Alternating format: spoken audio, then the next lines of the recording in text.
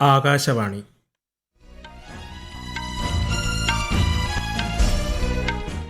നമസ്കാരം. വാർത്തകൾ വായിക്കുന്നത് ഹരിഷ്ണ.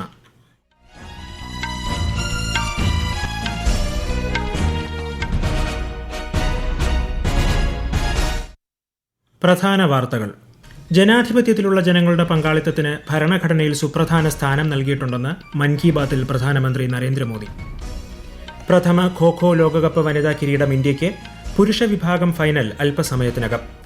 ദുരിതാശ്വാസത്തിനപ്പുറം ആളപായരഹിത സമീപനത്തിലേക്ക് രാജ്യത്തെ ദുരന്ത നിവാരണ പ്രവർത്തനം മാറിയെന്ന് കേന്ദ്ര ആഭ്യന്തരമന്ത്രി അമിത്ഷാ. കേരള ദുരന്ത നിവാരണ അതോറിറ്റിയുടെ മുന്നറിയിപ്പ് സംവിധാനം കവചം മറ്റന്നാൾ മുഖ്യമന്ത്രി പിണറായി വിജയൻ ഉദ്ഘാടനം ചെയ്യും. ഇസ്രായേൽ ഹമാസ് വെടിനിർത്തൽ കരാറിന്റെ ആദ്യഘട്ടം നിലവിൽ വന്നു. ആദ്യ ദിവസം മോചിപ്പിക്കേണ്ട ബന്ദികളുടെ പട്ടിക ലഭിച്ചതായി ഇസ്രായേൽ. അമേരിക്കയുടെ 47ാം പ്രസിഡന്റായി ഡൊണാൾഡ് ട്രംപ് നാളെ സത്യപ്രതിജ്ഞ ചെയ്യും. വാർത്തകൾ വിശദമായി. ജനാധിപത്യത്തിലുള്ള ജനങ്ങളുടെ പങ്കാളിത്തത്തിന് ഭരണഘടനയിൽ സുപ്രധാന സ്ഥാനം നൽകിയിട്ടുണ്ടെന്ന് പ്രധാനമന്ത്രി നരേന്ദ്രമോദി. കഴിഞ്ഞ പതിറ്റാണ്ടിൽ രാജ്യത്തെ ജനാധിപത്യം കരുത്താർജിച്ചതായും പ്രതിമാസ റേഡിയോ പ്രഭാഷണ പരിപാടിയായ മൻ കി ബാത്തിൽ അദ്ദേഹം പറഞ്ഞു. വോട്ടവകാശം പരമാവധി വിനിയോഗിക്കാനും രാജ്യത്തിന്റെ ജനാധിപത്യ പ്രക്രിയയുടെ ഭാഗമാകാനും ജനുവരി 25 ദേശീയ സമ്മതിദായക ദിനമാണെന്ന് പരാമർശിച്ച് പ്രധാനമന്ത്രി ആഹ്വാനം ചെയ്തു. 25 जनवरी को नेशनल वोटर्स डे है.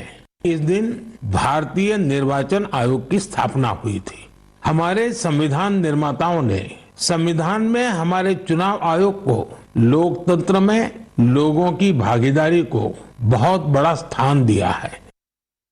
വികസന പാതയിൽ മുന്നേറുന്നതിനൊപ്പം രാജ്യത്തിന്റെ പൈതൃകം സംരക്ഷിക്കുകയും അതിൽ നിന്ന് പ്രചോദനം ഉൾക്കൊണ്ട് മുന്നോട്ടു പോകുകയും വേണമെന്ന് പ്രധാനമന്ത്രി പറഞ്ഞു. ഈ വർഷം ആദ്യം രാജ്യം ബഹിരാകാശ മേഖലയിൽ ചരിത്ര നേട്ടങ്ങൾ കൈവരിച്ചു. ബംഗളൂരു ആസ്ഥാനമായ സ്റ്റാർട്ടപ്പായ പിക്സൽ രാജ്യത്തെ ആദ്യ സ്വകാര്യ ഉപഗ്രഹ സമൂഹമായ ഫയർഫ്ലൈ വിജയകരമായി വിക്ഷേപിച്ചു. സുപ്രധാന സാങ്കേതിക വിദ്യയായ സ്പേസ് ഡോക്കിംഗിൽ വിജയം കൈവരിക്കുന്ന 4ാമത്തെ രാജ്യമായി ഇന്ത്യ മാറിയെന്നും പ്രധാനമന്ത്രി പറഞ്ഞു. രാജ്യത്തിന്റെ വിദൂര മേഖലകളിൽ പോലുമുള്ള നല്ല പ്രവൃത്തികളും കർത്തവ്യബോധത്തോടെയുള്ള പരിശ്രമങ്ങളും പ്രകടിപ്പിക്കുന്നതിനുള്ള മികച്ച വേദിയാണ് മൻ കി ബാത്ത് എന്ന് പ്രധാനമന്ത്രി അഭിപ്രായപ്പെട്ടു. 18 വർഷം മുമ്പ് സർക്കാർ ജോലിയിൽ നിന്ന് വിരമിച്ചിട്ടും ഇന്നും അനുകമ്പയോടെ ജനങ്ങളെ നഴ്സായി സേവിക്കുന്ന കവരത്തിയിലെ ശ്രീമതി കെ ഹിന്ദുംബിയുടെ പ്രവർത്തനങ്ങളെയും പാരിസ്ഥിതിക അവബോധം സൃഷ്ടിക്കുന്നതിന് നാടൻ പാട്ടെഴുതുന്ന ലക്ഷദ്വീപിലെ ശ്രീ കെ ജി മുഹമ്മദിനെയും പ്രധാനമന്ത്രി പരാമർശിച്ചു. സ്റ്റാർട്ടപ്പ് ഇന്ത്യ പദ്ധതി 9 വർഷം പൂർത്തിയാക്കിയെന്ന് ശ്രീ മോദി ചൂണ്ടിക്കാട്ടി. രാജ്യത്ത് സൃഷ്ടിക്കപ്പെടുന്ന പുതിയ അവസരങ്ങൾ പ്രയോജനപ്പെടുത്തണമെന്നും പ്രധാനമന്ത്രി ആവശ്യപ്പെട്ടു. മൻ കി ബാത്തിന്റെ 118ാം പതിപ്പാണ് ഇന്ന് പ്രക്ഷേപണം ചെയ്തത്. ഇസ്രായേലും ഹമാസും തമ്മിലുള്ള വെടിനിർത്തൽ കരാറിന്റെ ആദ്യഘട്ടം നിലവിൽ വന്നു.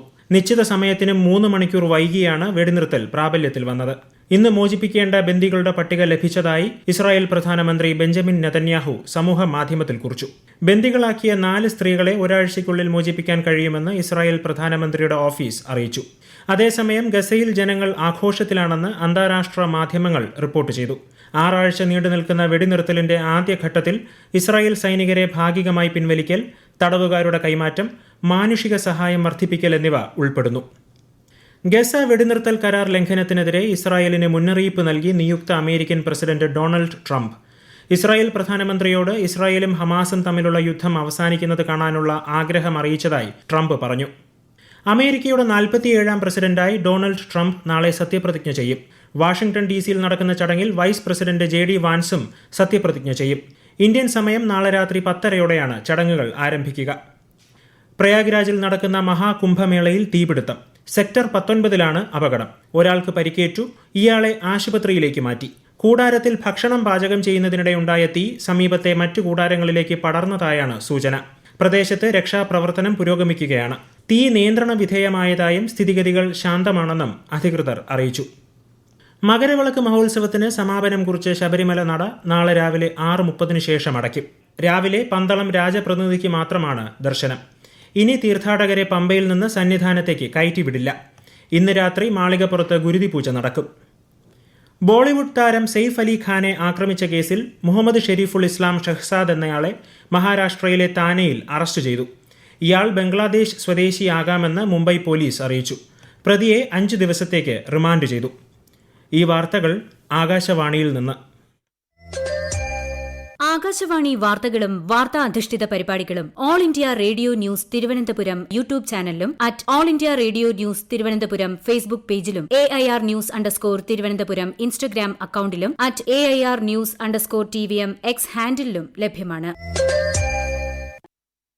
ഉപരാഷ്ട്രപതി ജഗദീപ് ധൻകർ 3 ദിവസത്തെ ലക്ഷദ്വീപ് സന്ദർശനത്തിന് ശേഷം യാത്ര തിരിച്ചു.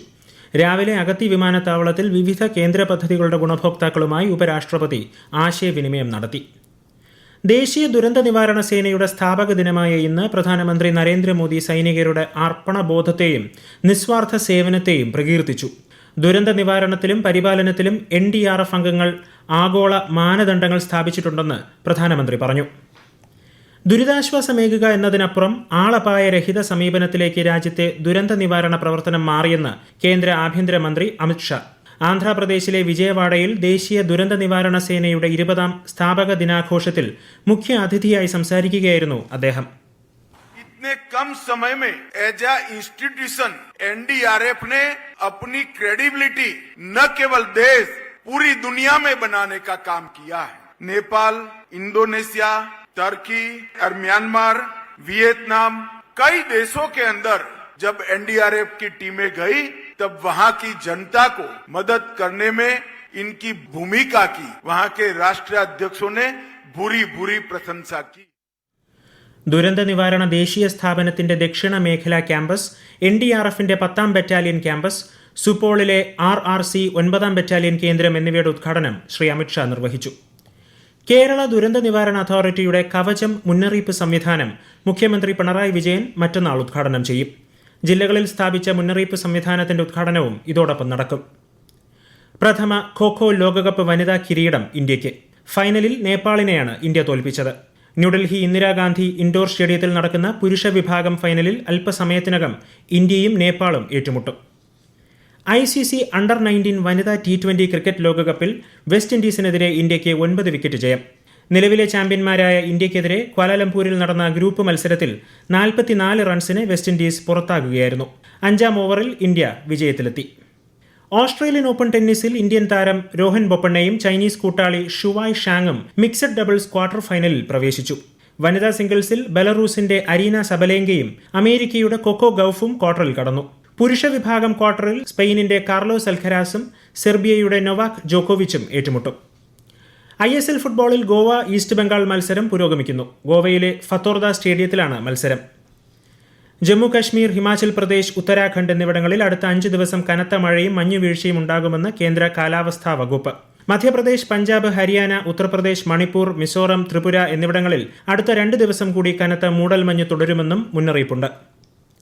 കേരളത്തിൽ ഒറ്റപ്പെട്ട ഇടങ്ങളിൽ ഇന്ന് ഇടിമിന്നലോടുകൂടിയ മഴയ്ക്കും ശക്തമായ കാറ്റിനും സാധ്യതയെന്ന് കേന്ദ്ര കാലാവസ്ഥാ വകുപ്പ്. കള്ളക്കടൽ പ്രതിഭാസത്തിന്റെ ഭാഗമായി കേരള, തമിഴ്നാട് തീരങ്ങളിൽ ഉയർന്ന തിരമാലയ്ക്കും കടലാക്രമണത്തിനും സാധ്യതയുള്ളതായി ദേശീയ സമുദ്രസ്ഥിതി പഠന ഗവേഷണ കേന്ദ്രം അറിയിച്ചു. സ്വിറ്റ്സർലൻഡിലെ ദവോസിൽ നാളെ ആരംഭിക്കുന്ന ലോക സാമ്പത്തിക ഫോറം 2025 കേന്ദ്രമന്ത്രി അശ്വിനി വൈഷ്ണവ് പങ്കെടുക്കും. പരിപാടിയിൽ രാജ്യത്തിന്റെ വികസന മാതൃക കേന്ദ്രമന്ത്രി ഉയർത്തിക്കാട്ടും. അമേരിക്കയിൽ സമൂഹ മാധ്യമ പ്ലാറ്റ്ഫോമായ ടിക്ടോക്ക് നിരോധിച്ചു. മാസങ്ങൾ നീണ്ട നിയമയുദ്ധങ്ങൾക്കും ടിക്ടോക്കിന്റെ ചൈനീസ് ഉടമസ്ഥാവകാശത്തെക്കുറിച്ചുള്ള സൂക്ഷ്മ പരിശോധനയ്ക്കും ശേഷമാണ് നിരോധനം. കഴിഞ്ഞ 4 വർഷത്തിനിടെ ഇന്ത്യയിലേക്ക് അനധികൃതമായി കടക്കാൻ ശ്രമിച്ച 586 ബംഗ്ലാദേശി പൌരന്മാരെയും 318 റോഹിംഗ്യകളെയും പിടികൂടിയതായി റെയിൽവേ സുരക്ഷാ സേന. അസമിലൂടെ രാജ്യത്തേക്ക് കടക്കുന്ന കുടിയേറ്റക്കാർ രാജ്യത്തിന്റെ മറ്റ് ഭാഗങ്ങളിലേക്ക് എത്തിച്ചേരാനുള്ള ഗതാഗത മാർഗമായി റെയിൽവേയെ ഉപയോഗിക്കുന്നതായും RPF വ്യക്തമാക്കി. ഇന്ത്യൻ ഭരണഘടന അംഗീകരിച്ചതിന്റെ 75ാം വാർഷികാഘോഷത്തോടനുബന്ധിച്ച് തപാൽ വകുപ്പ് നാളെ ന്യൂഡൽഹിയിൽ 3 ദിവസത്തെ പരിപാടി സംഘടിപ്പിക്കും.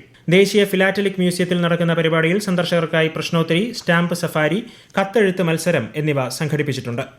പ്രധാന വാർത്തകൾ വീണ്ടും. ജനാധിപത്യത്തിലുള്ള ജനങ്ങളുടെ പങ്കാളിത്തത്തിന് ഭരണഘടനയിൽ സുപ്രധാന സ്ഥാനം നൽകിയിട്ടുണ്ടെന്ന് മൻ കി ബാത്തിൽ പ്രധാനമന്ത്രി നരേന്ദ്രമോദി. പ്രഥമ ഖോ-ഖോ ലോകകപ്പ് വനിതാ കിരീടം ഇന്ത്യയ്ക്ക്. പുരുഷ വിഭാഗം ഫൈനൽ അല്പസമയത്തിനകം. ദുരിതാശ്വാസത്തിനപ്പുറം ആളപായരഹിത സമീപനത്തിലേക്ക് രാജ്യത്തെ ദുരന്ത നിവാരണ പ്രവർത്തനം മാറിയെന്ന് കേന്ദ്ര ആഭ്യന്തരമന്ത്രി അമിത്ഷാ. കേരള ദുരന്ത നിവാരണ അതോറിറ്റിയുടെ മുന്നറിയിപ്പ് സംവിധാനം കവചം മറ്റന്നാൾ മുഖ്യമന്ത്രി പിണറായി വിജയൻ ഉദ്ഘാടനം ചെയ്യും. ഇസ്രായേൽ ഹമാസ് വെടിനിർത്തൽ കരാറിന്റെ ആദ്യഘട്ടം നിലവിൽ വന്നു. ആദ്യ ദിവസം മോചിപ്പിക്കേണ്ട ബന്ദികളുടെ പട്ടിക ലഭിച്ചതായി ഇസ്രായേൽ. അമേരിക്കയുടെ 47ാം പ്രസിഡന്റായി ഡൊണാൾഡ് ട്രംപ് നാളെ സത്യപ്രതിജ്ഞ ചെയ്യും. വാർത്തകൾ കഴിഞ്ഞു. അടുത്ത വാർത്താ പ്രക്ഷേപണം 8:35.